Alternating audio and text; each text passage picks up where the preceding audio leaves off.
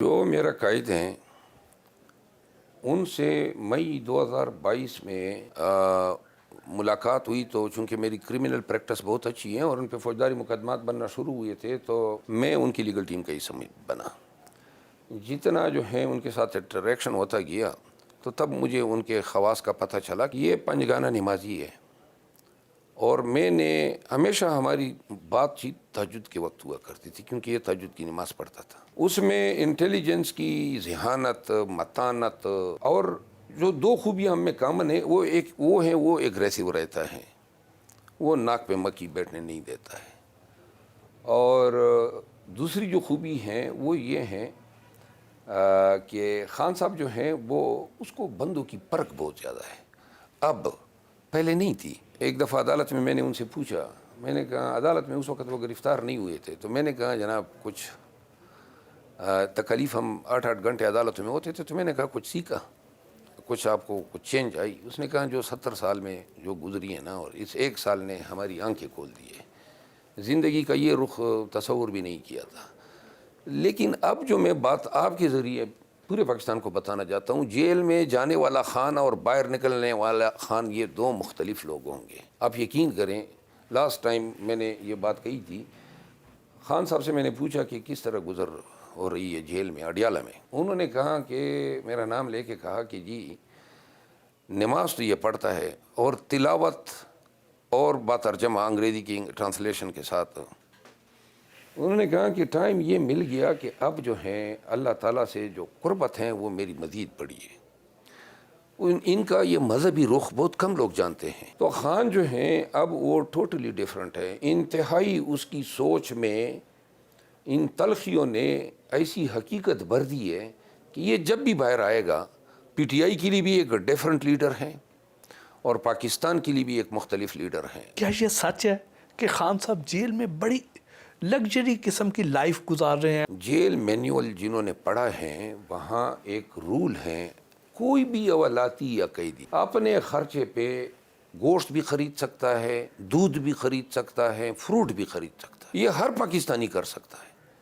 ہم نے 87,000 روپے ان کے لیے اٹک جیل میں جمع کیے تھے.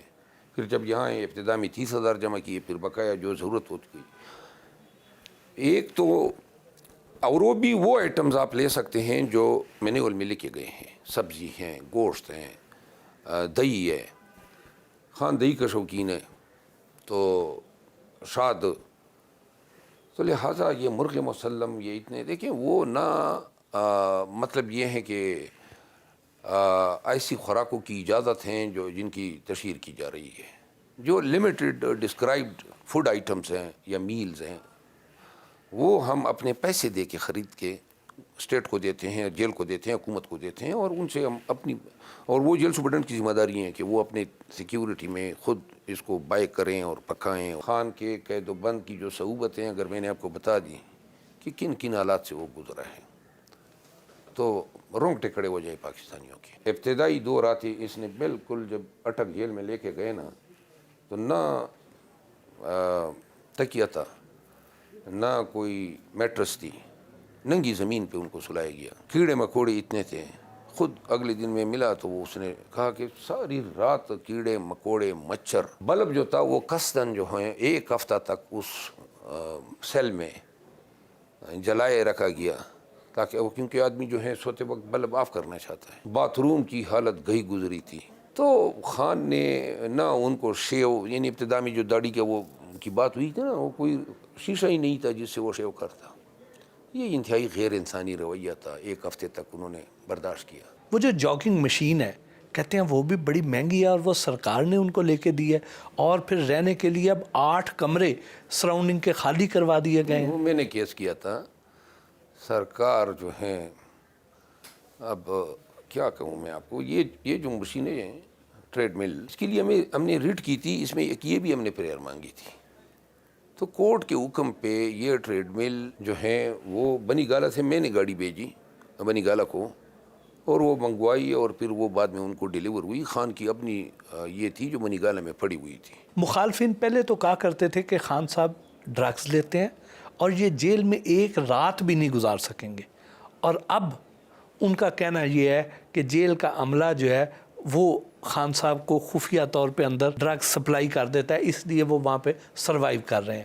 آپ کیا کہتے ہیں؟ جیل تو سارا انہی کی تحویل میں ہے، کسی کی مجال ہے کہ وہاں پہ چڑیا پر مار سکیں.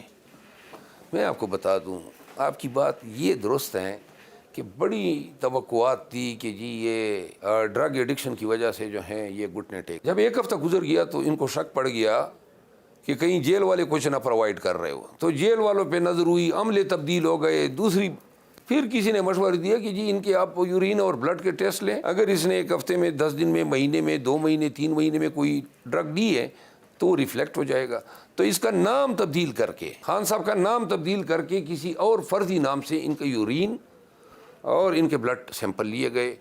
جب رزلٹ آیا تو 9 مہینے جو ہیں کوکین ریفلیکٹ کرتی ہیں بلڈ میں.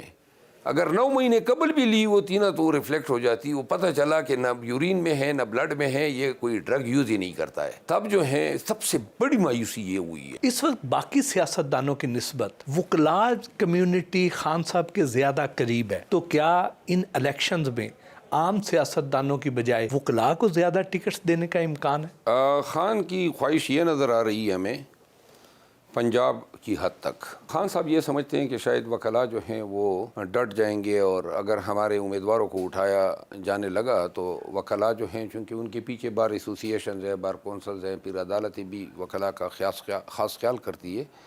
وہی ان کی یہ سمجھ ہے. میری ذاتی سمجھ یہ ہے کہ میں تو یہ سمجھتا ہوں کہ وکلاء نے قوم کو بھی مایوس کیا ہے، اور میرا خیال ہے یہی وقت تھا کہ وکلاء جو ہیں رول آف لا کے ساتھ اٹھ کھڑے ہوتے ہیں. یہی وقت تھا، اور یہ بنیادی کام ہے وکلاء کا. بار ایسوسییشن جو ہیں اپنے اضلاع، تحصیلوں، ٹاؤنز، بڑے شہروں میں اپنے لوگوں کے حقوق کے نگہبان ہوتے ہیں. کس طرح جو ہیں پورے ملک میں لوگوں کے حقوق کے ساتھ کھلواڑ کھیلا گیا، لیکن بار جو ہیں وہ اپنا روایتی تاریخی کردار ادا نہ کر سکے. اگر باریں لوگوں کے حقوق کے لیے کھڑی ہوتی، مجال ہیں کہ لوگ اغوا ہوتے، لوگ گھروں سے اٹھائے جاتے، اتنی فستائیت ہوتی. خان صاحب نے گوہر خان صاحب کو اس عہدے کے لیے کیوں چنا؟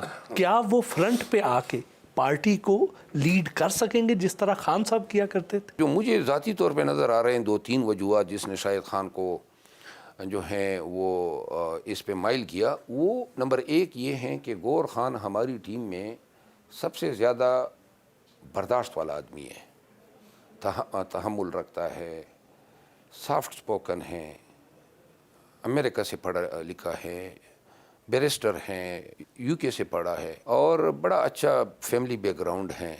خان کے ساتھ بہت انٹریکشن ان کی ہوئی بات چیت میں. لیکن عملی طور پہ جس طرح گراؤنڈ میں آپ نظر آتے ہیں، جس طرح لوگوں کو چارج کر رہے ہیں، کراؤڈ کو جس طرح ووٹر کو باہر نکال رہے ہیں، گوہر خان صاحب تو ہمیں آن گراؤنڈ کہیں نظر نہیں آتے. گور خان صاحب کا وقت آئے گا نا. ابھی تو یہ وہ وقت ہیں، یہ وہ لمحے ہیں جن میں ہم اپنے چیئرمین کو ملوث نہیں کرنا چاہتے ہیں.